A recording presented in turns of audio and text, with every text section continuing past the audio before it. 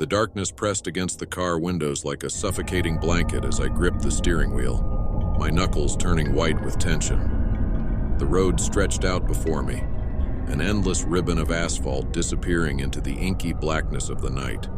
I glanced at the clock on the dashboard, 2:37 a.m. What had possessed me to take this shortcut through the countryside at such an ungodly hour? I shook my head, chiding myself for my foolishness, but there was no turning back now.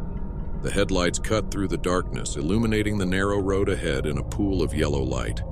Trees loomed on either side, their branches reaching out like skeletal fingers, casting eerie shadows that danced in the periphery of my vision. My hands tightened on the wheel as a sense of unease settled over me, a feeling that whispered of unseen dangers lurking just beyond the edge of my vision. But I pushed the feeling aside, telling myself it was just my imagination running wild in the dead of night. As I rounded a bend in the road, a figure stepped out from the shadows, causing me to slam on the brakes with a screech of tires. My heart hammered in my chest as I stared wide-eyed at the figure standing in the middle of the road. It was a woman, her long hair flowing in the breeze, her eyes glinting in the dim light of the headlights.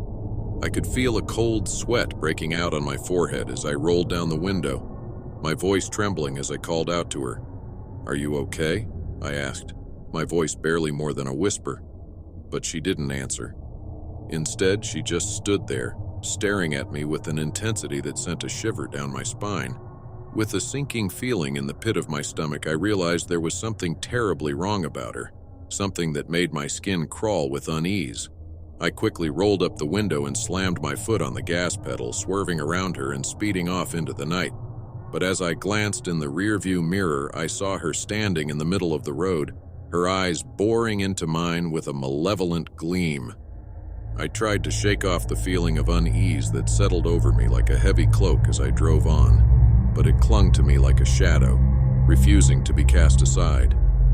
The road seemed to stretch on forever, twisting and turning through the darkness like a maze with no end in sight.